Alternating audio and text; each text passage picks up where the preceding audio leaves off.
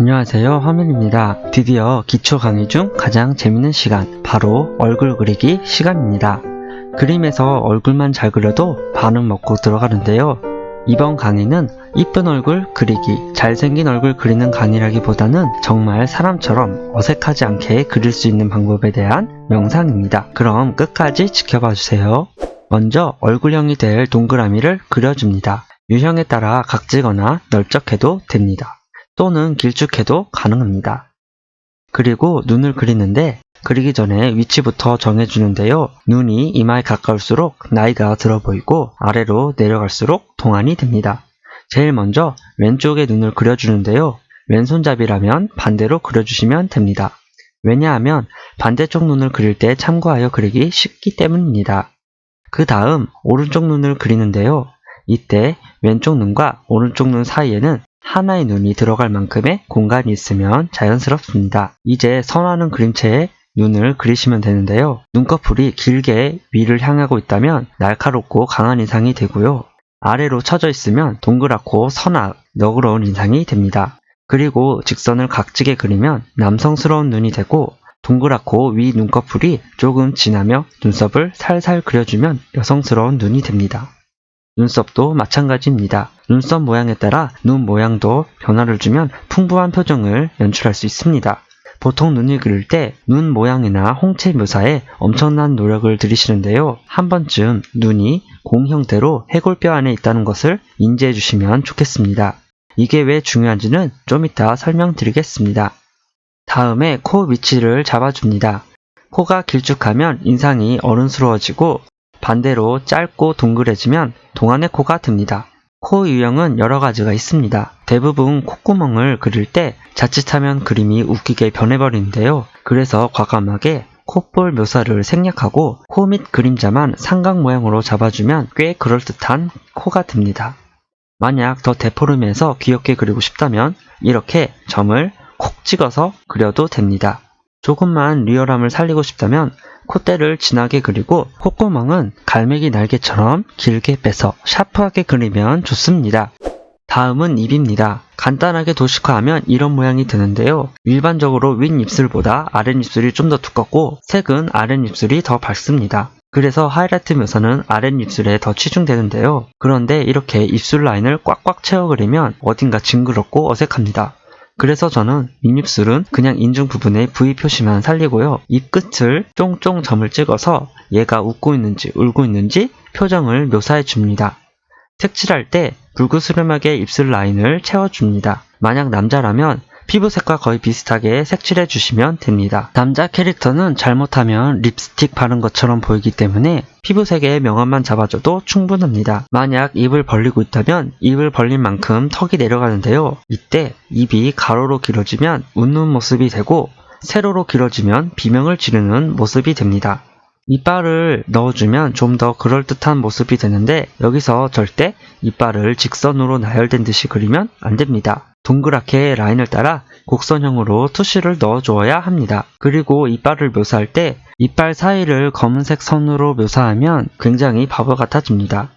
먼저 잇몸을 그려준 후 이빨 경계선 위에 아래 부분을 점으로 쫑쫑 찍은 후 이빨보다 살짝 어두운 색으로 얇게 경계를 나눠주면 자연스러운 이빨이 됩니다. 마지막으로 귀를 그리는데요. 귀는 아까 그린 코의 세로 길이와 똑같이 얼굴 양옆에 그려주면 되는데요. 귀는 생각보다 복잡하고 사람마다 다른 모습을 띠고 있습니다. 그냥 귀 모양 하나를 정해서 여러 그림에 돌렸어도 그걸 사람들이 눈치챌 만큼 중요한 부분은 아닙니다.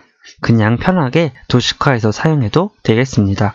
저 같은 경우 이렇게 귓바퀴 모양을 잡아준 후 조금 작게 한 번 더 그린 후 반원을 한 번, 두 번 그리면 끝!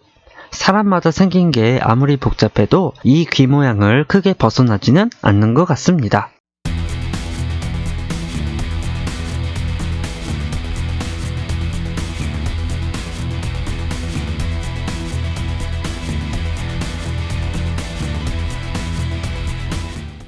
이렇게 정면 얼굴이 끝났습니다. 이렇게 얼굴의 기초적인 틀은 다 얘기한 것 같은데요. 대부분은 이렇게 정면 얼굴보다는 45도 각도로 그리는 것을 선호할 겁니다. 그런데 정말 내가 이 각도의 얼굴을 제대로 그리고 있는 게 맞나 한 번쯤 점검해 볼 필요가 있습니다. 아시다시피 눈은 두 개고 방향에 따라 모양이 달라집니다. 아까 눈알이 구 형태로 해골뼈 안에 박혀 있다고 말씀드린 것을 기억하시나요? 그 위를 아치형으로 덮고 있는 눈꺼풀 때문에 각도에 따라 살짝 변하게 됩니다. 정면 눈 모양이랑 다시 보도 눈 모양이랑 절대 같을 수 없습니다. 이렇게 끝으로 갈수록 길이가 짧아지며 가운데 부분은 좀 더 쏠린 쪽으로 향하게 됩니다.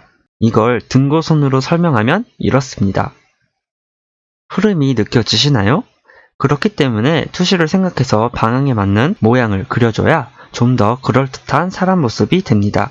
이러한 투시는 눈에만 있는 것이 아니라 얼굴 전체에 있습니다. 같은 위치에 십자선을 공유하지만 얼굴이 평평한 직육면체가 아니라 곡선을 띠고 있기 때문에 방향에 따라 전체적으로 투시가 들어갑니다. 내 시선에서 멀어질수록 간격이 짧아지는 것을 기억해 주시면 좋겠습니다. 이렇게 둥고선을 굴려주면 더 탄탄하고 입체적인 얼굴을 그릴 수 있습니다. 예전에 저의 안 좋은 버릇 중 하나가 뒤통수를 너무 좁게 그리는 것이었습니다. 45도 각도에서는 귀 위치도 잡기 힘들고 뒤통수는 어떻게 잡아야 할지 막막했죠. 그럴 땐 옆모습을 그려봅시다.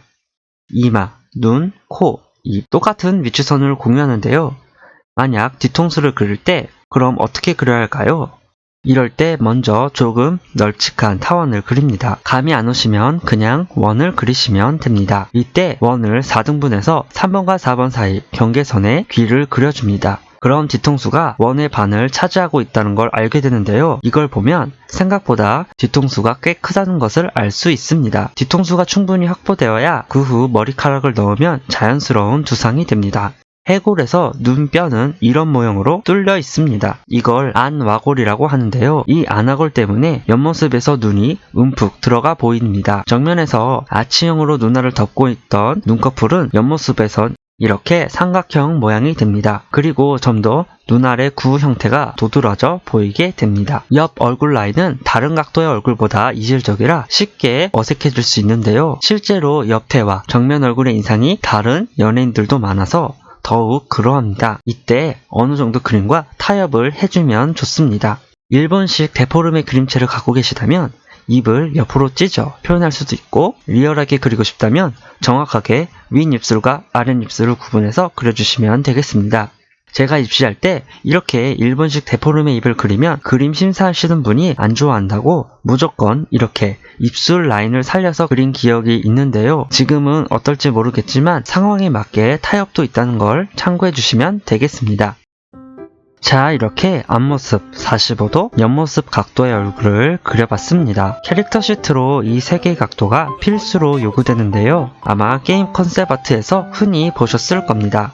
나만의 캐릭터를 이렇게 세 각도로 그려준다면 그럴듯한 나만의 캐릭터 설정이 완료될 것입니다. 다음 편에는 좀 더 세부적으로 심화 버전의 얼굴 강의로 찾아오겠습니다. 시청해주셔서 감사드리며 즐거운 작업 되시길 바랍니다. 감사합니다.